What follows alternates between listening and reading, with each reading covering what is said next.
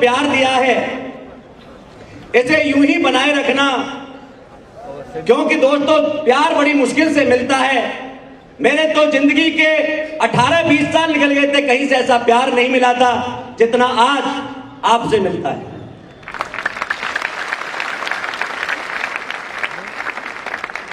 मैं भगवान से दुआ करूंगा कि मुझे इतनी शक्ति दे, इतना ज्ञान दे कि इस टीम इलाइट परिवार का मैं हमेशा अच्छी तरह से पालन पोषण कर पाऊं, न्याय के साथ, सभी के प्यार के साथ, किसी के साथ यदि मैंने कभी कुछ कह भी दिया हो तो उसके लिए मैं इस स्टेज से क्षमा मांगता हूं। मुझे अपना छोटा भाई, बड़ा भाई या दोस्त समझ के दोस्तों माफ कर देना।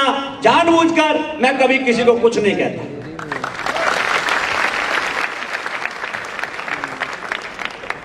क्योंकि दोस्तों मेरा भी जन्म एक छोटे से किसान के घर, कच्चे घर में हुआ था।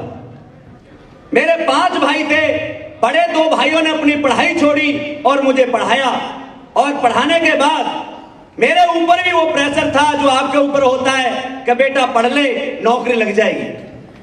और ऊपर वाले की कृपा हुई, मुझे भी भारतीय सेना में नौकरी करने का मौका मिला, जिस वर्दी को पहन करके हर इंसान गर्व महसूस करता है, मैंने भी किया।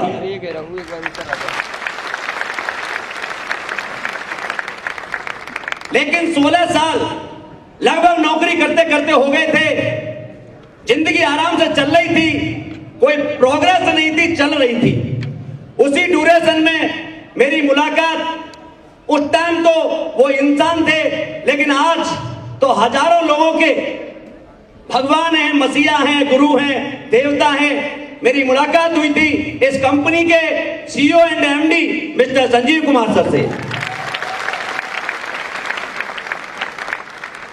जिन्होंने मुझे ये प्लेटफॉर्म के बारे में 3 नवंबर 2014 को अपने घर बैठ के समझाया था कि बेटा ये काम है, जहां से तू करेगा तो बहुत कुछ जिंदगी बदल सकती है। दोस्तों 2 महीने मैंने फिर भी काम नहीं किया था। मुझे प्रोडक्ट दिए सर ने 10,000 रुपए के फ्री में, मैंने अपने घर में यूज किया। घर में 2 लोगों को बहुत अच्छा रिजल्ट मिला। तो 1 जनवरी 2015 से मैंने गुरुजी को कॉल किया कि सर मैं आज एसलीपीएस बोनलेस में काम करने आ रहा हूं। सर ने कहा बेटा तेरे पास कमी तो किसी चीज की है ही नहीं, स्टार्ट कर। और 9 जनवरी 2015 को दोस्तों मेरा पहला चेक बना था, मात्र 9 दिन के अंदर वो था 25,000 रुपए का। जो पहला शो मैंने रोहतक में देखा था, उसके बाद मैंने कभी पीछे मुड़ के नहीं देखा। भारतीय सेना में रहते हुए 18 महीने मैंने एज ए पार्ट टाइम काम किया।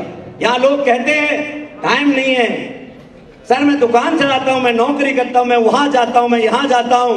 अरे सर भारतीय सेना से ज्यादा फिजी लैब कहीं हो सकती है क्या? अरे होती है क्या? 18 महीने पार्ट टाइम करके मैंने यहां से 18 लाख रुपए कमाए थे। और आज 1 अगस्त 2016 को मैंने भारतीय सेना की नौकरी को छोड़ करके एज ए कैरियर के रूप में मैंने इस कंपनी को किया है। दोस्तों आज 33 महीने मुझे इस काम को full time as a career के रूप में करते हुए हुआ है। इन 33 महीनों की जो इनकम है वो दोस्तों 4.25 करोड़ रुपए, यहां से 4.25 करोड़ रुपए।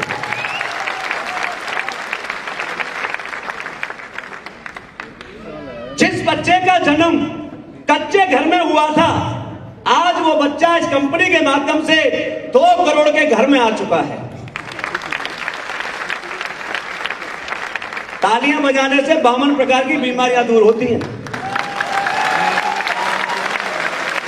और बाबा रामदेव भी कहते हैं करने से होता है, तो तुम भी किया करो। और ये उदास चेहरे से बड़ी सख्त नफरत है। थोड़े हंस के बैठो, किसी ने कुछ चुरा लिया क्या? अरे जब सेल्फी लेते हो, 80 साल की अम्मा भी सेल्फी ले रही हो ना, तो स्माइल करके सेल्फी लेती है। यस या नो? क्योंकि एक क्षण सेकंड में उसका फोटो अच्छा आ सकता है। यदि आपके चेहरे पर पूरी जिंदगी ये स्माइल लगी रहे तो जिंदगी कितनी खूबसूरत हो सकती है।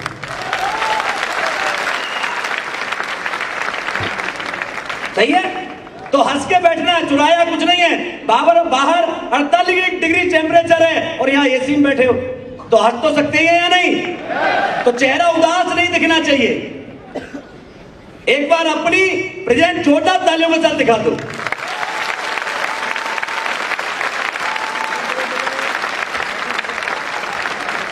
आज जिस बच्चे को पैदल नंगे पैर स्कूल जाता था, दोस्तों आज एसएलपीएस पैसा के माध्यम से 50 लाख की गाड़ी में आ चुका है। जिस बंदे की शुरुआत 5,000 रुपए महीने से हुई थी, आज दोस्तों एसएलपीएस के माध्यम से 20 लाख रुपए महीने कमाने पर आ चुका है। ये जो सब कुछ हो रहा है, इसमें मेरा कोई योगदान नहीं है और मैं सही से नेटवर्कर हूं भी नहीं।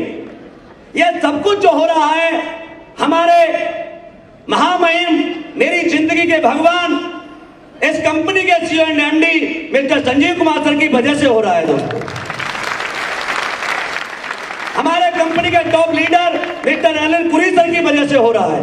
हमारे कंपनी के जितने भी लीडर्स हैं, चाहे वो महिपाल जी हो, शिव कुमार जी हो, चाहे वो कुणाल यादव हो, विनय भाई हो, भंडारी जी हो, जितने भी हमारे लीडर्स हैं, इन सबकी वजह से हो रहा है। और यहाँ जो बैठी हुई मेरी टीम इलाइट है, इसकी वजह से मेरी जिंदगी बदली है। दोस्तों मेरा इसमें कुछ नहीं है, क्योंकि जब सम्मान मिलने की बात आती है तो दोस्तों बहुत कुछ बदल जाता है। हमने चंद्रशेखर सुखदेव राजगुरु को तो आजादी के लिए लड़ते हुए नहीं देखा, लेकिन हमारा सौभाग्य है कि इस युग में इस बीमारी और बेरोजगारी के खिलाफ आज के भगत सिंह मिस्टर संजीव कुमार सर को इस दोनों चीजों के खिलाफ लड़ते हुए देखते हैं, ये हमारा सौभाग्य है।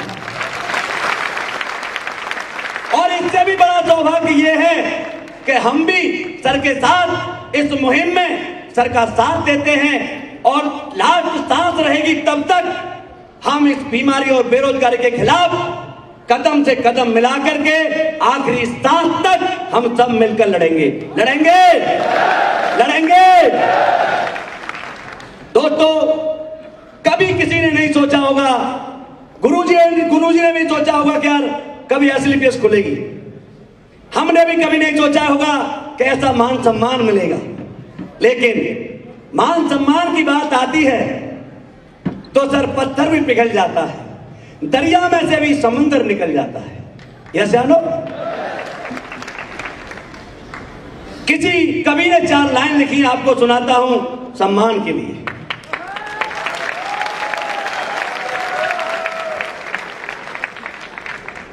कभी दरिया के भीतर भी समंदर जाग उठता है, मिले थोड़ी सी आहू कर लो, आप ऐसे मत बैठो जैसे अकबर चिल्ले लाई बैठे थे।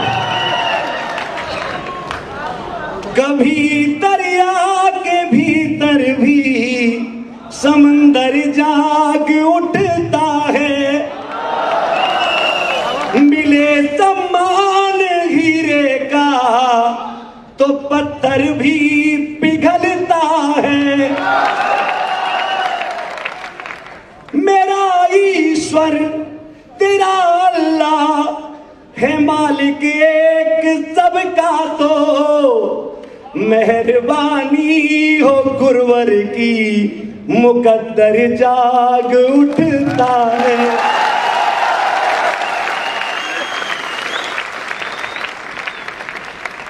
दोस्तों मैं अभी 3-4 दिन पहले बैठ के कुछ सोच रहा था, शायद आपको भी नहीं पता होगा इस कंपनी की नींव क्यों डली, गुरुजी ने कैसे डाली वो मुझे नहीं पता।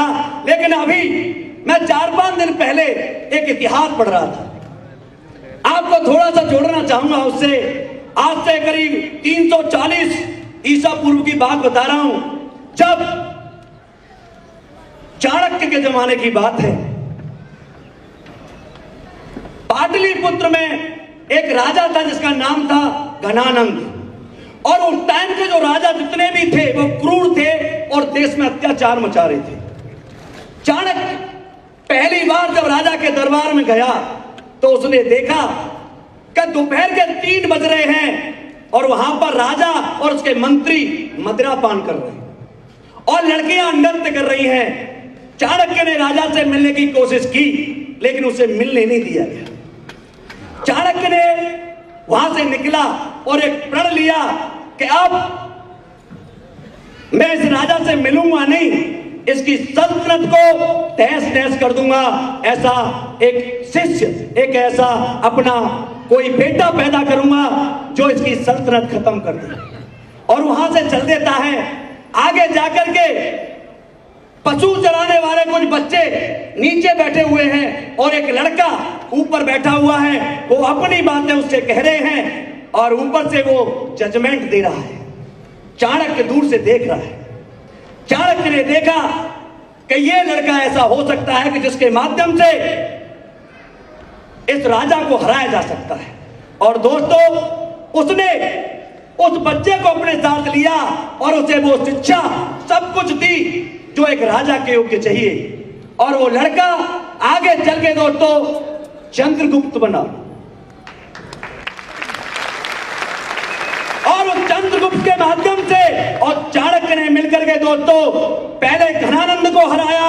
देश के अंदर जितने भी अत्याचारी राजा थे उन सबको हरा करके चंद्रगुप्त को इस भारत वंश का सम्राट बनाया था। सम्राट।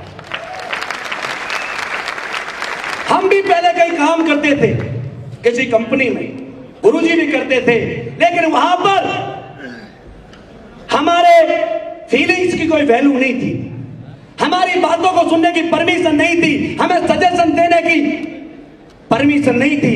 यहां की तरह नहीं है, असली पेश की तरह कि आपका प्रोडक्ट में थोड़ी सी प्रॉब्लम आ रही है, गुरुजी तुरंत रुकवा देते हैं और दूसरा प्रोडक्ट चेंज करवा देते हैं या कुछ दिन बाद लाते हैं। होता या नहीं? होता या नहीं? वहां पर ऐसा नहीं था। वहां पर तो साहब वो जो बोले वही करना है, वो जो कहें वही करना है, ऐसा माहौल था। अब संजीव सर की पर्सनालिटी कैसी है और इनसे क्या कराया जा रहा था, मैं आपको 4 लाइन में बता रहा हूं। आपकी तालियां मिले तो।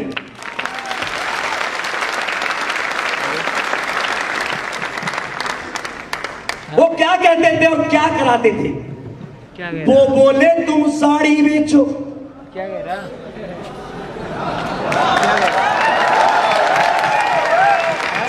जिस इंसान ने AK-47 लेकर के आतंकवादियों को मारा हो वो साड़ी बेचेगा? हैं? चल ठीक है। बेच सकता है क्या? अरे जिसकी रगों में भारत माता का चलिए मतलब हमेशा उमंग भरी हो, देश के लिए कुछ करने का जज्बा हो, उनसे क्या कहते हैं? वो बोले तुम साड़ी बेचो, वो बोले तुम सूज पहनाओ, वो बोले हम जितना बोले तुम केवल उतना दोहराओ। परमिशन दो, सजेशन दो। अब आगे की जो 2 लाइनें हैं इनको थोड़ा ध्यान से सुनना और दिल के आर पार जाएं तो आपकी जोरदार तालियां चाहूंगा भारत माता के साथ।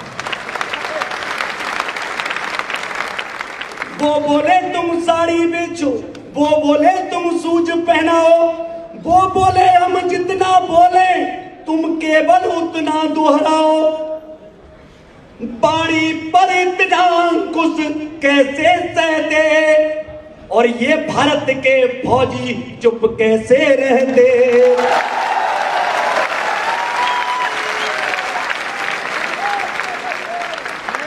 ये इसलिए खुली है और गुरुजी वादा करते हैं आप हमारे चाणक्य हो और आज आपने बहुत सारे चंद्रगुप्त पैदा कर दिए हैं। उसने तो भारत का साम्राज्य, भारत का सम्राट बना था। वादा है पूरे विश्व में गुरुजी के नाम का डंका एक दिन सब बजाएंगे।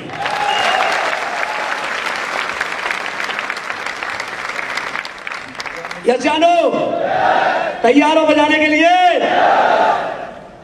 अब यदि आपको बड़ा बनना है, if you want make a history of because you don't take permission. आपको किसी से दोस्तों आज्ञा लेने की जरूरत नहीं है। आज तक किसी भी इंसान ने बड़ा काम किया तो क्या किसी ने किसी को आदेश दिया? मैं अनिल सर के यहां की बात बता रहा हूं। महावीर सिंह फोगाट आज से 15 साल पहले उसने एक ऐसा डिसीजन लिया जिसे आज भी हम नहीं करते। क्या हम अपनी बहन बेटियों को कुश्ती लड़ाते हैं क्या साहब? अरे लड़ाते हैं क्या? लेकिन उसने 15 साल पहले ये डिसीजन लिया कि मुझे अपनी बेटियों को कुश्ती लड़ानी है लड़कों से। ये बात जब उसने कही तो उसके पूरे परिवार की छोड़ो, खानदान छोड़ो, यहां तक उसकी बीवी, वो भी उससे ये कहती थी, अरे क्या करने जा रहा है? अरे हमने आज तक ऐसा कोई काम नहीं देखा जहां पर लड़कियां कुश्ती लड़ती हों। लेकिन महावीर सिंह ने क्या कहा था दोस्तों? अरे मेरा खून है, इसके साथ गलत तो नहीं करूंगा। बोला हाँ मुझे 1 साल दे दे, 1 साल में मैंने प्रूफ करके दिखा दिया कि मैं ठीक कर रहा हूं तो मुझे काम करने देना, नहीं तो पूरी जिंदगी सीने पे पत्थर रखूंगा और तू जो बोलेगी वो करूंगा।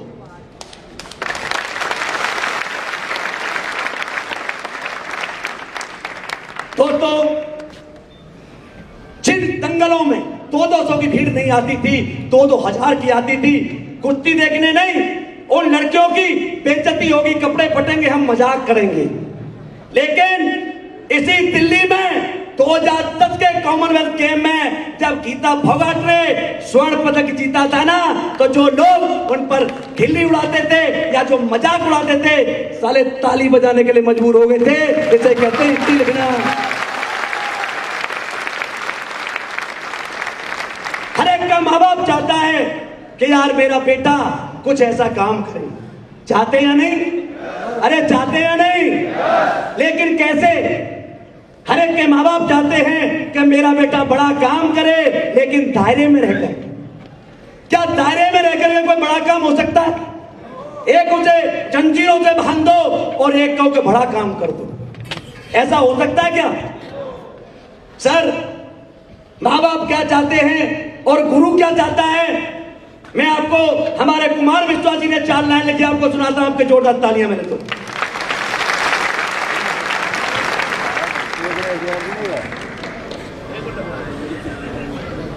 करो कुछ काम तुम ऐसा,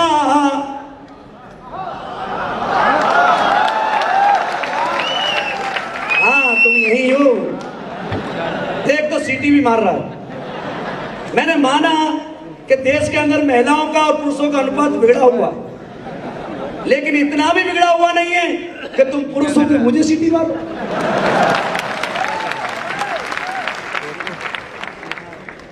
करो कुछ काम तुम ऐसा कि जग में नाम हो जाए, चलो तुम जिस दिशा में भी महकती शाम हो जाए। ये कौन चाहता है? माँ बाप। या जानो अगली 2 लाइन गुरु के लिए। गुरु क्या चाहता है? करो कुछ काम तुम ऐसा कि जग में नाम हो जाए, चलो तुम जिस दिशा में भी महकती शाम हो जाए। जमाने की नहीं सुनना, जमाना दर्द ही देगा, अगर सुनते हो खुद मन की तो फिर इतिहास लिख जाए।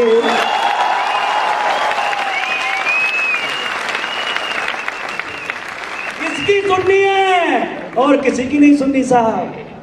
यदि इसकी नहीं सुनी और गुरु की नहीं सुनी तो जो आज तक हमारे साथ रोज बलात्कार हुआ है वही होगा।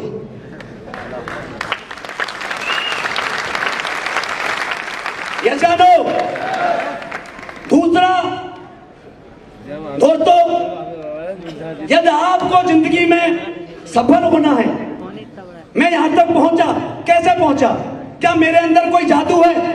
अरे मैं जब काम करने लगा तो मैंने तो फ्यूचर टेंस था ये। मेरे को गुरुजी ने बताया बेटा तू करेगा तो बड़ा बनेगा, पैसे कमाएगा, गाड़ी आएगी, घर आएगा। लेकिन दोस्तों मैं तो करता चला गया, मेरे लिए फ्यूचर टेंस था, आज प्रेजेंट बन गया। लेकिन आपकी स्टार्टिंग तो प्रेजेंट टेंस से हो रही है। आपके सामने तो हजारों अचीवर्स इस स्टेज पे खड़े, आपको सोचने की या समझने की कोई आवश्यकता नहीं है, अपनी जिंदगी लगानी है और इस स्टेज तक।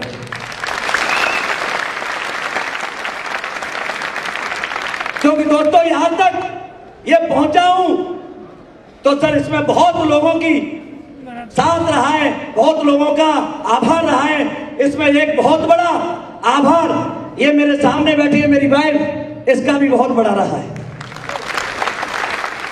मेरे को आज तक इसने कभी ये नहीं पूछा तुम कब आ रहे हो, कहां जा रहे हो, क्या करते हो, कितने कमाते हो, कहां रखते हो, आज तक मुझसे कभी हिसाब नहीं लिया। इसीलिए मैं दोस्तों कहता हूं ये मेरी वाइफ नहीं है, ये मेरी लाइफ है। क्योंकि वाइफ की फुल फॉर्म पता क्या होती है? Wonderful instrument for enjoyment. ये वाइफ नहीं है दोस्तों, ये मेरी लाइफ है। और परमात्मा से दुआ करता हूं हर जन्म में इसी को मुझे दे।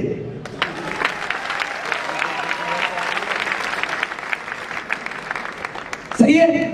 आपको चलना है आगे तो सिर्फ आपको अपनी आदतें बदलनी है। जो काम करने के तरीके अपनी तरह से मत करो दोस्तों। मैं अपनी तरफ से करता, यदि मेरे अंदर ज्ञान था तो मैं 18 साल का ऐसी तैसी कर रहा था। आप बताओ, मेरे अंदर ज्ञान था, मैं जानता था, बोलना जानता था, तो फिर पहले क्यों नहीं बन गया? ब्रांड एम्बेसडर बनने जा रहा हूं। यहां से अगले 5 साल में ब्रांड एम्बेसडर बनूंगा। आज रॉयल डायमंड हूं, एथलीपियस है तो रॉयल डायमंड हूं। इसका बैच हट गया तो रामवीर कुछ भी नहीं है साहब, कुछ भी। तो आप सब इस स्टेज तक आना चाहते हो? अरे आना चाहते हो? तो दोस्तों सिर्फ आपको जो अपना प्लान बताता है उसके अनुसार आपको काम करना है और सिस्टम के माध्यम से अपने आप को ढालना है। जो भी आपका प्लान कहता है उसके हिसाब से चलोगे तो हम सब बहुत बड़े बनेंगे। क्योंकि हमारे जैसे गरीबों से सिविल में तो कोई बात भी नहीं करता।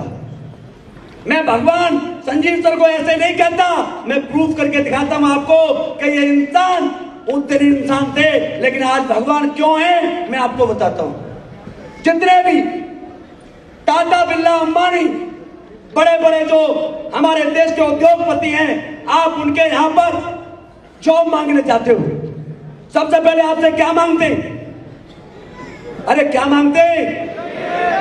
डिग्री मांगते हैं। डिग्री दिखा, तुम्हारी शक्ल देखते हैं, कपड़े चेक करते हैं, चलवा के देखते हैं, जात पूछते, धर्म पूछते, सारा ऐसे चेक करता है जैसे अपनी लड़की की शादी करने वाला है।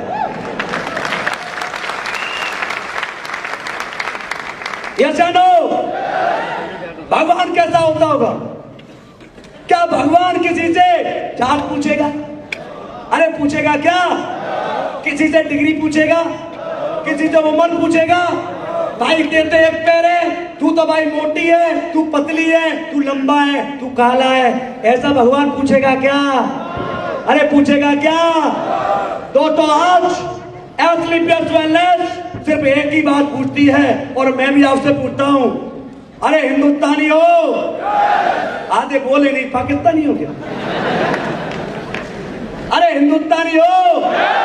बड़ा बनना चाहते हो? अपने खानदान की हिस्ट्री लिखना चाहते हो?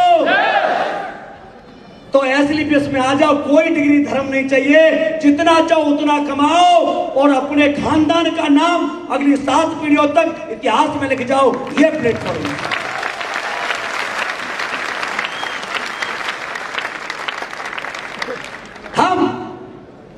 आपको लगता है कि सर पैसा वाला बनने के लिए किसी बड़े घर में लोन छोड़ना है? ऐसा नहीं है साहब। यदि जन्म से हम किसी को तोलते या जन्म से किसी को समझते तो याद करो 28 सितंबर 1907 खटकनगरा गांव में विद्यावती ने एक पुत्र को जन्म दिया था। आप में से 90% को नहीं पता होगा वो कौन था। यानो दोस्तों, वही बंदा उस दिन लाखों बच्चों का जन्म हुआ था इस देश के अंदर, कोई नहीं जानता था। लेकिन 23 मार्च 1931 को उसी 26 साल के लड़के ने फांसी को फंदे को चूमा था, जिसे हम शहीद आजम भगत सिंह के नाम से जानते हैं।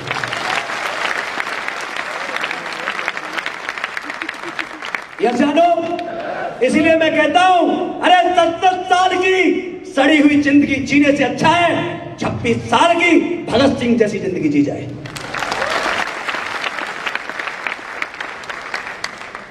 दूसरा, हमारे दिमाग में जो चीज है, हम जो डरते हैं जिन चीजों से, लोगों से बड़ा बनने के लिए, हमारे पास डिग्री है, हम तो बड़े लोग हैं, हम जाएंगे तो समाज क्या सोचेगा, लोग क्या सोचेंगे, समाज क्या सोचेगा। इस बात को ही मैं सोचूं तो फिर समाज क्या सोचेगा। अरे समाज को सोचने देते, हम कुछ कर लेते। समाज किसके बारे में सोचता है? जो कुछ कर रहा होता है। अरे निकम्मों के बारे में तो माँ भी नहीं सोचती। एक बच्चा उसी माँ का जन्म दिए तो को, एक माँ एक बेटा कमा के लाता है, घर चलाता है, माँ कहती है बड़ा प्यारा बेटा मेरा श्रवण कुमार है। एक चाचा घर में बैठ के रोटी खा रहा है, काम नहीं मिला, अरे तू मरता क्यों नहीं, यहीं बैठ के खाएगा। अरे मैंने क्यों जन्म दिया। जब सगी माँ निकम्मों के बारे में नहीं सोचती तो जमाना क्या सोचेगा। आपको कंपनी में आने के बाद जब बोलते टाई बांध क्या, ड्रेस पहन क्या, अरे सब शर्म लगती है, शर्म लगती है। अरे जिस तू ड्रेस में मैं अपनी माँ के पास जाऊं तो मुझे प्यार करेगी, अच्छा बोलेगी या गाली देगी। अरे अच्छा या गाली। और इस ड्रेस में मैं अपनी बीवी के साथ चल के आया, अरे प्राउड फील करती है नहीं करती। अरे जिसने जन्म दिया वो प्यार करती है, जिसके साथ जिंदगी बितानी है वो प्यार करती है। बाकी जमाने से क्या लेना देना।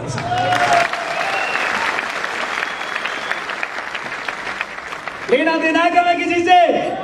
मैं तो सब प्यार करता हूं, मुझे नेटवर्किंग बिल्कुल नहीं आती। गुरुजी ने बताया था बेटा नेटवर्क मार्केटिंग कोई धंधा नहीं है, परिवार है, परिवार है। तो इस परिवार को सही तरह से समझने में, इनकी समस्याओं को दूर करने में, इनको अपना बनाने में, इनको अपने गले से लगाने में कामयाब हो गया तो नेटवर्किंग तो ऐसे होती है। और हो रही है कि नहीं हो रही? अरे हो रही है नहीं हो रही? तो प्यार करो, आप इस दुनिया की तरफ जाओगे तो सर कुछ नहीं मिलेगा। ये लोग आपकी मोहब्बत को, प्यार को समझने वाले नहीं है। सिविल में कोई तुम्हें पूछने वाला नहीं, हम डुप्लीकेट लोग हैं।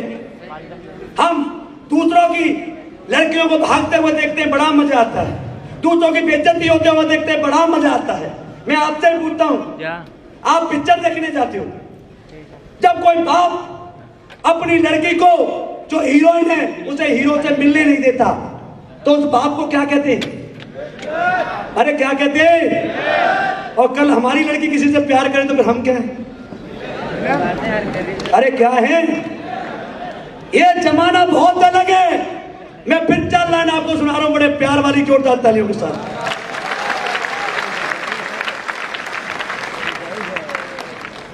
भंवर कोई कुमुदनी पर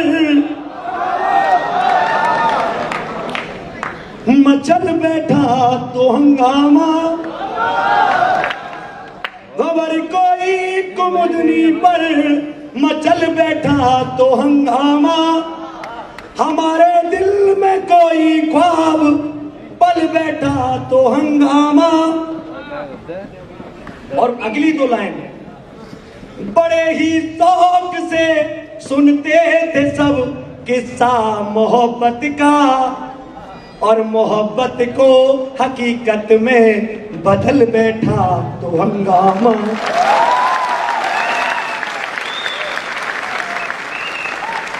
ऐसा ही है ना जमाना? सही कह रहा हूं या गलत? दोस्तों डरना नहीं है, डरना मना है। और एसलीपीएस का गेट हर जाति के लिए, हर धर्म के लिए, पढ़ा लिखा अनपढ़, 1 पैर का 2 पैर का, काला पीला कैसा भी हो, सिर्फ हिंदुस्तानी हो।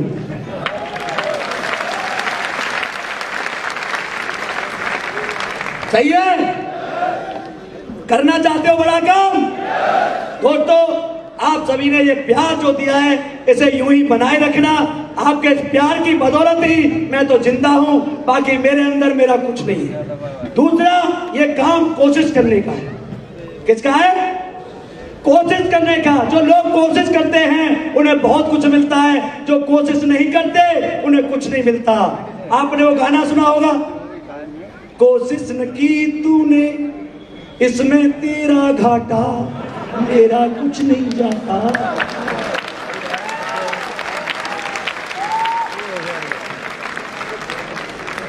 यस या नो? कोशिश करोगे तो ये मंच तैयार है, नहीं करोगे तो जो जिंदगी जी रहे हो वो तैयार है। मुझे तो डर लगता है, पीछे लौटता हूं तो मुझे बड़ा डर लगता है। वो 73 नंबर सीट, वो साइकिल, वो गर्मी, आज साहब ये एसलीपीएस की टोपी पहन रखी है, तीनों चीजों से भरी है। लोग कहते हैं सर टोपी पहनाने का बिजनेस, सर 3 चीज से बचाती है, सर्दी, गर्मी और बरसात।